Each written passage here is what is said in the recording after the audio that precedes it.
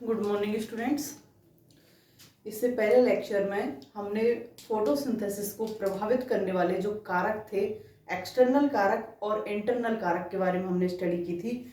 तो नेक्स्ट चलते हैं हम रेस्पायरेशन, श्वसन।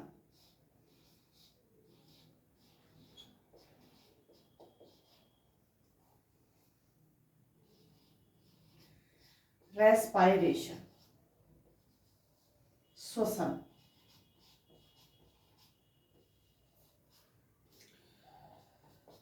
अगर श्वसन की हम डेफिनेशन दें, परिभाषा दें, तो श्वसन की क्या परिभाषा होगी?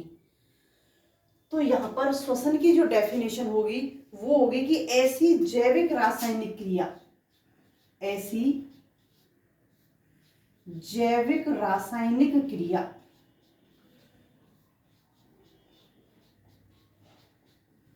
जैविक क्यों है? क्योंकि कोशिका के अंदर चल रही है और रासायनिक क्रिया तो है ही। तो ऐसी जैविक रासायनिक क्रिया जिसमें जटिल भोज्य पदार्थों का जटिल भोज्य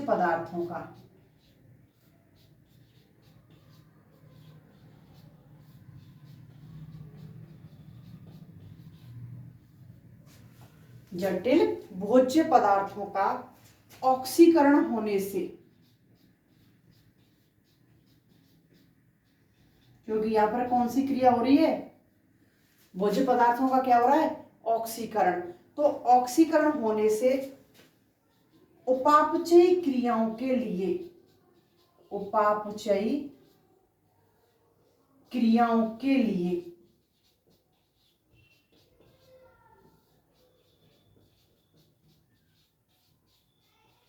ऊर्जा मुक्त होती है। ऊर्जा मुक्त होती है। तो ये क्या कहलाती है? श्वसन कहलाती है। तो यहां पर श्वसन में जैसे C6H12O6 कार्बोहाइड्रेट है। इस कार्बोहाइड्रेट का जब ऑक्सीजन की उपस्थिति में ऑक्सीकरण होता है तो हमको क्या मिलता है? 6CO2 6H2O plus 686 kilo calorie ऊर्जा। तो यहां पर ऑक्सीकरण के बाद में, इस कार्बोहाइड्रेट के ऑक्सीकरण के बाद में हमको क्या मिल रहा है? यहाँ पर 686 किलो कैलोरी ऊर्जा प्राप्त होती है। तो यहाँ पर जो उपापचयी क्रियाएं हैं, इन उपापचयी क्रियाओं के लिए जो ऊर्जा मुक्त होती है वो किससे होती है? यहाँ पर ऑक्सीकरण से। और किसके ऑक्सीकरण से प्राप्त हो रही है? यहाँ जो हेक्सोज शुगर है, इस हेक्सोज शुगर के ऑक्सीकरण से प्राप्त हो रही है। तो यहाँ पर जो ये श्वसन की प्रोसेस है, ये श्वसन की प्रोसेस एक कैटाबोलिक, एक्सर्गोनिक,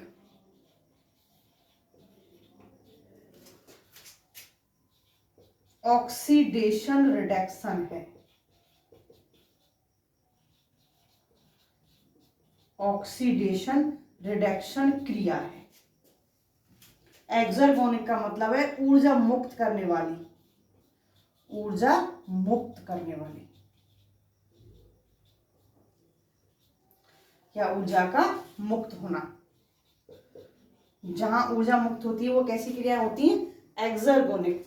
तो यहाँ पर ऑक्सीडेशन रिडक्शन दोनों ही कार्य होते हैं। तो श्वसन कैटाबोलिक, एक्सर्गोनिक, ऑक्सीडेशन रिडक्शन क्रिया है, जहां जिसकी वजह से हमको यहाँ पर ऊर्जा प्राप्त हो रही है। तो यहाँ श्वसन के बाद में जो पर्ण होती हैं, इन पर्ण का शुष्क भार घट जाता है।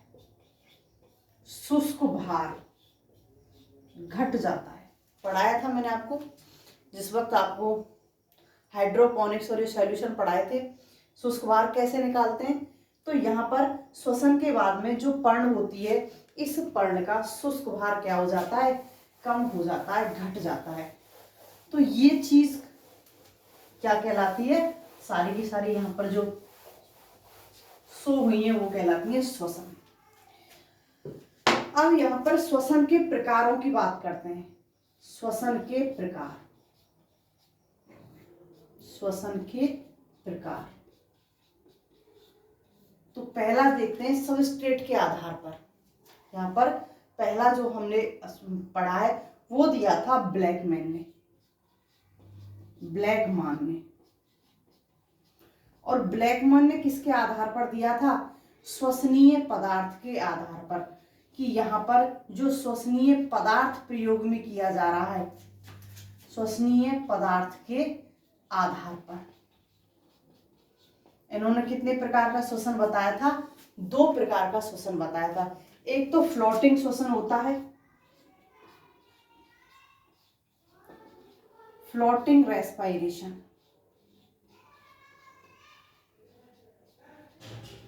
Floating respiration. और दूसरा होता है प्रोटोप्लाज्मिक रेस्पिरेशन, प्रोटोप्लाज्मिक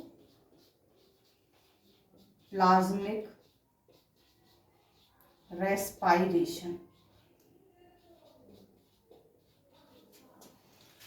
फ्लोटिंग श्वसन के अंदर जो श्वसनीय पदार्थ होता है, यहां कार्बोहाइड्रेट, प्रोटीन और वसा, फैट को छोड़कर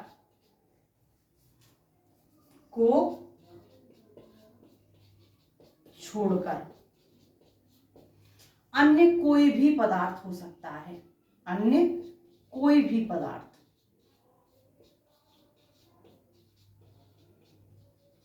तो यहां पर फ्लोटिंग श्वसन के प्लावकीय जो श्वसन होता है, यहां पर कार्बोहाइड्रेट, प्रोटीन और फैट श्वसन के रूप में, रेस्पिरेशन के रूप में यहाँ पर यूज में नहीं ली जाती। इनके अलावा यहाँ पर किसी भी कोई भी अन्य पदार्थ यूज में लिया जा सकता है। लेकिन प्रोटोप्लाज्मिक रेस्पिरेशन में क्या होता है? कार्बोहाइड्रेट,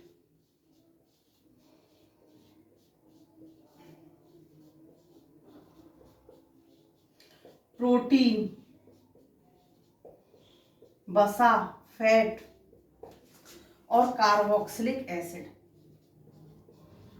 कार्बोक्सिलिक एसिड, ये सभी यहाँ पर श्वसनीय पदार्थ के रूप में प्रयुक्त होते हैं। तो यहाँ इनको श्वसनीय पदार्थ के रूप में प्रयुक्त किया जाता है।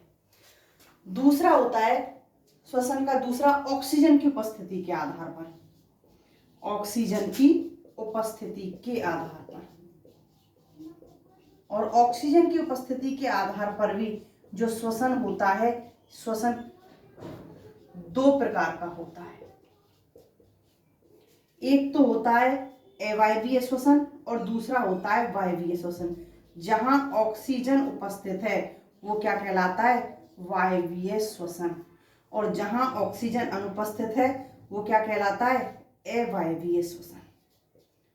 तो यहाँ ऑक्सीजन की उपस्थिति के आधार भी श्वसन कितने प्रकार के होते हैं? 2 प्रकार के होते हैं। तो फर्स्ट देखते हैं हम अवायवीय श्वसन।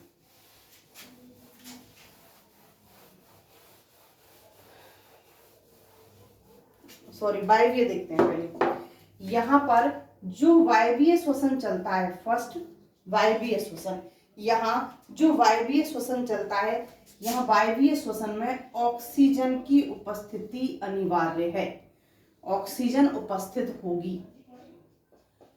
और ऑक्सीजन उपस्थित होगी तो ऑक्सीजन उपस्थिति के साथ साथ यहाँ पर इसकी वजह से जो शुगर होती है, इस शुगर का पूर्ण ऑक्सीडेशन होता है, शुगर का पूर्ण ऑक्सीडेशन होता है, शुगर का पूर्ण ऑक्सीडेशन होगा।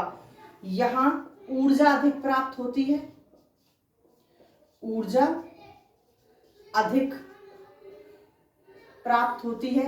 और साथ में यहाँ जो एटीपी होते हैं, ये एटीपी भी अधिक प्राप्त होते हैं। ऊर्जा अधिक है तो एटीपी भी क्या होंगे? अधिक प्राप्त होंगे। तो यहां जो शुगर है वायवीय श्वसन में, हेडिंग डालते हैं पहले, वायवीय श्वसन। तो यहां पर C6H12O6 का जब ऑक्सीडेशन होगा, तो अभी थोड़ी देर पहले हमने रिएक्शन लिखी थी, 6CO2 6H2O plus 686 kilo calorie ऊर्जा प्राप्त होती है। 686 किलो कैलोरी यहाँ पर हमको ऊर्जा प्राप्त होती है। और ये चलता कहाँ है, ये प्रोटोप्लाज्म में या फिर कहीं साइटोप्लाज्म में। कोशिका का जो साइटोप्लाज्म होता है, साइटोप्लाज्म में प्लस माइटोकॉन्ड्रिया में, दोनों के अंदर चलता है। साइटोप्लाज्म में भी चलता है वायवीय श्वसन और माइटोकॉन्ड्रिया में भी वायवीय श्वसन यहाँ पर उपस्थित होता है। इसके अलावा ग्लाइकोलाइसिस,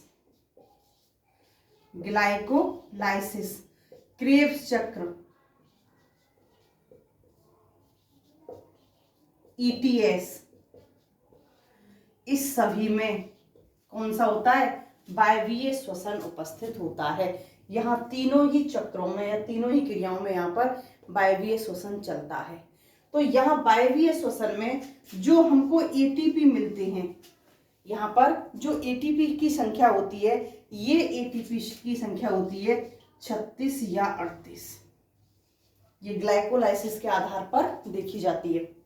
तो यहाँ 36 या 38 ATP हमको प्राप्त होते हैं। लेकिन जब यहाँ पर अवायवीय श्वसन होता है, यहाँ अवायवीय श्वसन होता है, तो सबसे पहले तो अवायवीय श्वसन के लिए ऑक्सीजन की उपस्थिति अनिवार्य नहीं होती। अवायवीय श्वसन के लिए सेकंड, अवायवीय श्वसन,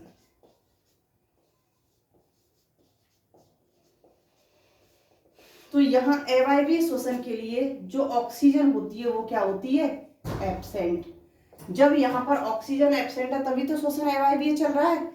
उसके बाद में जो शुगर है, इस शुगर का अपूर्ण दहन होता है। पूर्ण ना होकर के क्या होता है, अपूर्ण दहन होता है। और अपूर्ण दहन के कारण यहाँ पर एल्कोहल का निर्माण होता है। एल्कोहल का निर्माण होता है, जबकि पूर्ण दहन में किसका निर्माण हो रहा था, जल और CO2 का निर्माण हो रहा था। और यहाँ पे किसका निर्माण होता है, एल्कोहल का निर्माण होता है। C6H12O6, ऑक्सीजन क्या है, एब्सेंट, तो यहाँ पर 2C2H5OH, यहाँ एल्कोहल का निर्माण हो जाएगा। 2CO2 plus 28 kilo calorie energy प्राप्त होती है। तो यहाँ पर जो ऊर्जा प्राप्त होती है वो वायवीय श्वसन की तुलना में बहुत कम मात्रा में प्राप्त होती है। ये जो क्रिया चलती है, अवायवीय श्वसन की जो क्रिया चलती है, ये क्रिया कहाँ संपन्न होती है, तो स्टूडेंट्स ये क्रिया संपन्न होती है केवल साइटोप्लाज्म में। यहाँ माइटोकॉन्ड्रिया का कोई रोल नहीं होता। साइटोप्लाज्म के अंदर अवायवीय श्वसन चलता है, उपस्थित होता है। यहाँ अवायवीय श्वसन केवल ग्लाइकोलाइसिस में चलेगा। जो ग्लाइकोलाइसिस की क्रिया होती है, इस ग्लाइकोलाइसिस की क्रिया में यहाँ पर अवायवीय श्वसन होगा। क्रेब्स चक्र में और ETS में कौन सा होता है हमेशा, तो यहाँ केवल ग्लाइकोलाइसिस होगा। ETS में और क्रेब्स चक्र में हमेशा वायवीय श्वसन होता है। और यहाँ 2 ATP प्राप्त होते हैं, क्योंकि ऊर्जा वैसे ही बहुत कम मिल रही है, तो यहाँ केवल 2 ATP प्राप्त होते हैं। तो यहाँ वायवीय श्वसन सभी यूकैरियोटिक सेल्स के अंदर चलता है। अवायवीय श्वसन कुछ बैक्टीरिया होते हैं जिनके अंदर अवायवीय श्वसन पाया जाता है। नेक्स्ट चलते हैं हम श्वसन की क्रिया विधि। श्वसन की क्रिया विधि,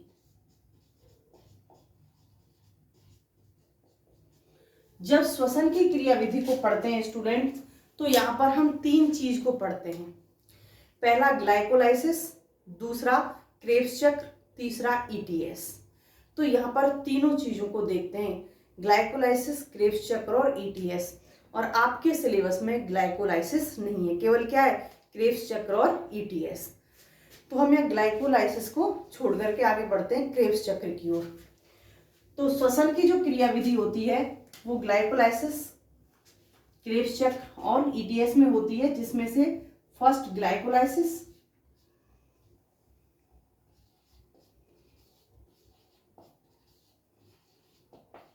और इस ग्लाइकोलाइसिस की जो क्रिया में सबसे लास्ट प्रोडक्ट जो बनता है वो बनता है पायरुविक अम्ल, पायरुविक एसिड, जो हमारे क्रेब्स चक्र में काम आएगा।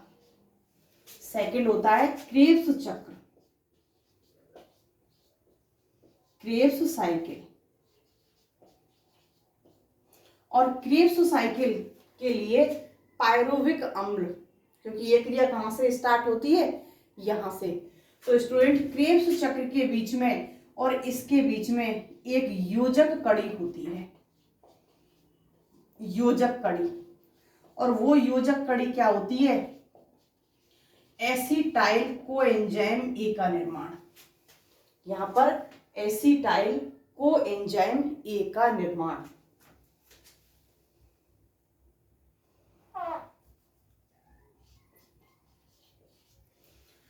तो यहां पर जो एसिटाइल कोएंजाइम ए है, ये पायरुविक अम्ल से प्राप्त होता है। एसिटाइल कोएंजाइम ए का निर्माण किससे होगा, पायरुविक अम्ल का। और पायरुविक अम्ल किससे प्राप्त हुआ है, ग्लाइकोलाइसिस से। तो यहाँ ग्लाइकोलाइसिस का उत्पाद जो है वो क्रेब्स चक्र को स्टार्ट करने के लिए आवश्यक होता है। तो इससे पहले कौन सी रिएक्शन होती है यहाँ पर, ग्लाइकोलाइसिस की।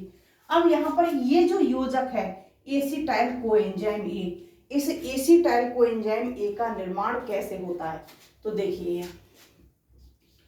एसिटाइल कोएंजाइम ए का निर्माण। यहां जब एसिटाइल कोएंजाइम ए का निर्माण होता है तो उससे पहले जो पायरुविक अम्ल है, जो पायरुविक एसिड है, ये पायरुविक एसिड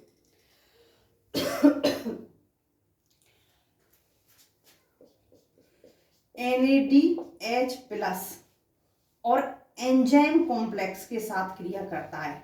एंजाइम कॉम्प्लेक्स, यहाँ पर रिएक्शन के लिए जिम्मेदार कौन उपस्थित होता है, एंजाइम कॉम्प्लेक्स। तो यहाँ पर अगर इसको हम रिएक्शन की फॉर्म में लिखें तो पायरुविक एसिड NADH+ और कोएंजाइम ए। तो यहाँ पर जो ये एंजाइम कॉम्प्लेक्स है,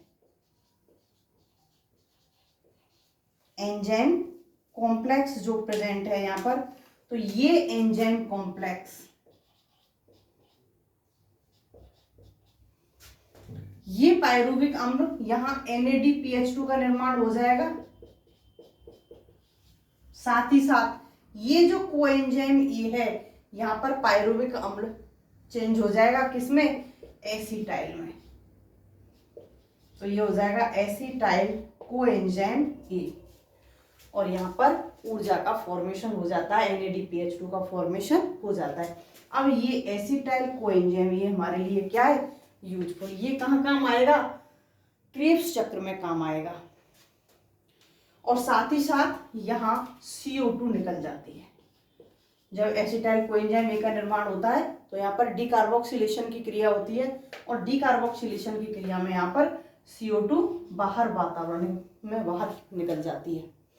अब ये जो एंजाइम कॉम्प्लेक्स है, ये एंजाइम कॉम्प्लेक्स में क्या क्या उपस्थित होता है, तो यहाँ पर TPP, एंजाइम कॉम्प्लेक्स के अंदर TPP और LAA उपस्थित होते हैं।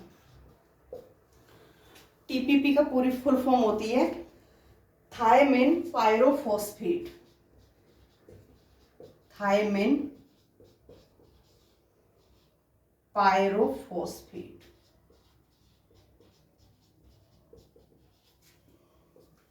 और LAA lipoic acid amide, lipoic acid amide. तो ये होते हैं यहाँ पर एंजाइम कॉम्प्लेक्स के रूप में। नेक्स्ट चलते हैं हम अपनी रिएक्शन की तरफ, क्रेब्स चक्र। तो यहां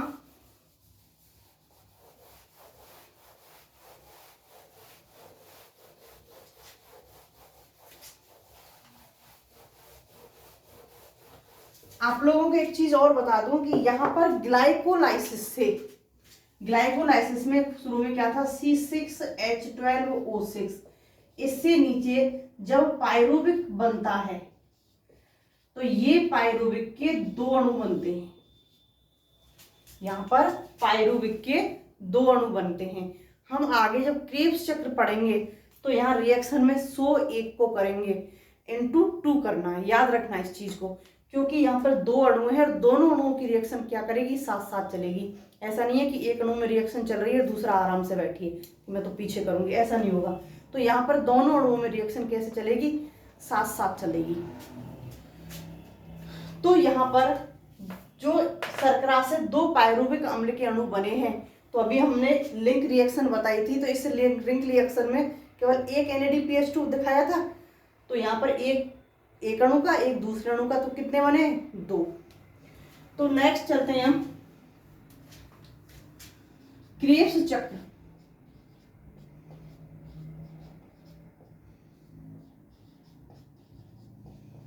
क्रेब्स चक्र, यहां क्रेब्स चक्र की जो अभिक्रिया है वो कहां से, जो एसिटाइल कोएंजाइम A था, ये एसिटाइल कोएंजाइम A क्या करेगा, यहाँ पर कोशिका के अंदर प्रवेश कर जाएगा। और ये प्रवेश जब कर जाएगा तो यहाँ पर आगे की जो क्रेब्स चक्र की जो रिएक्शन है, ये रिएक्शन यहाँ पर स्टार्ट हो जाएगी। और खोज किसने की थी इसकी, सर हेंस क्रेब्स ने खोज की थी इसकी, हेंस क्रेब्स ने।